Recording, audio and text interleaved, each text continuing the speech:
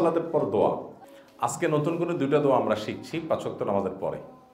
এর মধ্যে প্রথম দোয়াটা হলো লা ইলাহা ইল্লাল্লাহু ওয়াহদাহু লা শারীকা লাহু লাহুল মুলকু ওয়া লাহুল হামদু ওয়া হুয়া আলা কুল্লি শাইইন কাদির। এটা আমাদের দোয়ার কার্ডেও আছে।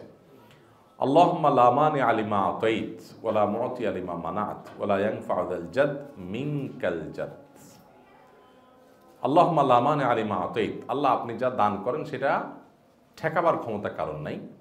ওয়া লা মু'তিয়া লিমা মানা'ত, আর আপনি যেটা দিবেন না এটা দেওয়ারও ক্ষমতা কারোর নেই। ওয়া লা ইয়ানফা'ু যাল জাদ মিনকাল জাদ, আর কোনো প্রভাবশালীর প্রভাব আপনার আযাব থেকে রক্ষা করতে পারবে না। আপনি যদি কাউকে শাস্তি দিতে চান তো কোনো প্রভাবশালীর প্রভাব সেটা থেকে তাকে রক্ষা করতে পারবে না।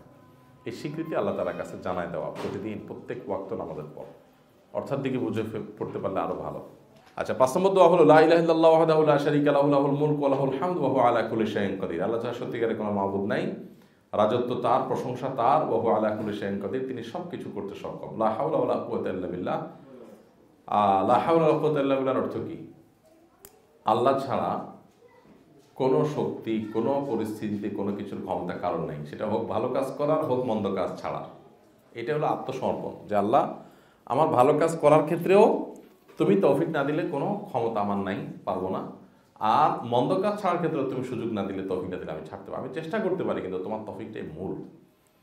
এগুলো সবগুলো হলো সারেন্ডার। আল্লাহর কাছে যত সারেন্ডার করতে পারবেন আল্লাহ তাআলার সাহায্য তত বেশি পাওয়া যাবে। লা ইলাহা ইল্লাল্লাহু ওয়া লা না'বুদু ইল্লা ইয়্যাহ, আল্লাহ ছাড়া সত্যিকারের কোনো মাবুদ নাই। ওয়া লা না'বুদু ইল্লা ইয়্যাহ, আল্লাহ ছাড়া কারোর আমি ইবাদত করব না বা করি না। লাহুন নি'মাতু ওয়া লাহুল ফদল, নিয়ামত তার, ফদল মানে করুণা, অনুগ্রহ তার, ওয়া লাহুস সানাউল হাসান, এবং সুন্দর স্তুতি প্রশংসা এটাও আল্লাহ। লা ইলাহা ইল্লাল্লাহু মুখলিসিনা লাহুদ্দিন ওয়া লাউ কারিহাল কাফিরুন, আল্লাহ ছাড়া সত্যিকারের কোনো মাবুদ নাই, মুখলিসিনা লাহুদ্দিন, আমার ঈমানকে তার জন্য খাঁটি করে আমি স্বীকৃতি দিচ্ছি, ওয়া লাউ কারিহাল কাফিরুন, যদিও কাফেররা অপছন্দ করুক আল্লাহর তাওহীদ এবং একত্ববাদকে। দেখেন, এক লা ইলাহা ইল্লাল্লাহ এই দুইটা দোয়াতে কতবার হিসাব করে দেখেন। মানে তাওহীদ যে কত গুরুত্বপূর্ণ, শিরকমুক্ত ঈমান আনা যে কত গুরুত্বপূর্ণ, পদে পদে পদে পদে বিষয়ে দেখবেন যে কোরআন হাদিসে আমাদেরকে বলা আছে। আজকে আমরা যে মন্দ কাজ ছাড়বো, তাহলে আমরা আজকে যে ভালো গুণ অর্জন করবো সেটা হলো সত্যবাদিতা। আজকে যে সুন্নাত পেলাম সেটা 5 ওয়াক্ত সালাত পরবর্তী দোয়া।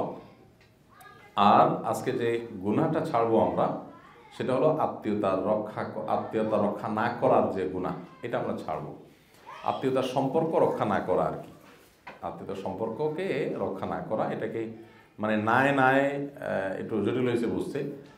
আত্মীয়তার সম্পর্ক ছিন্ন করা, আত্মীয়তার সম্পর্ক ছিন্ন করা, এটা হলো অপরাধ, এটা হলো গুনাহ। এই গুনাহটা, এই অপরাধটা ছাড়বো আমরা।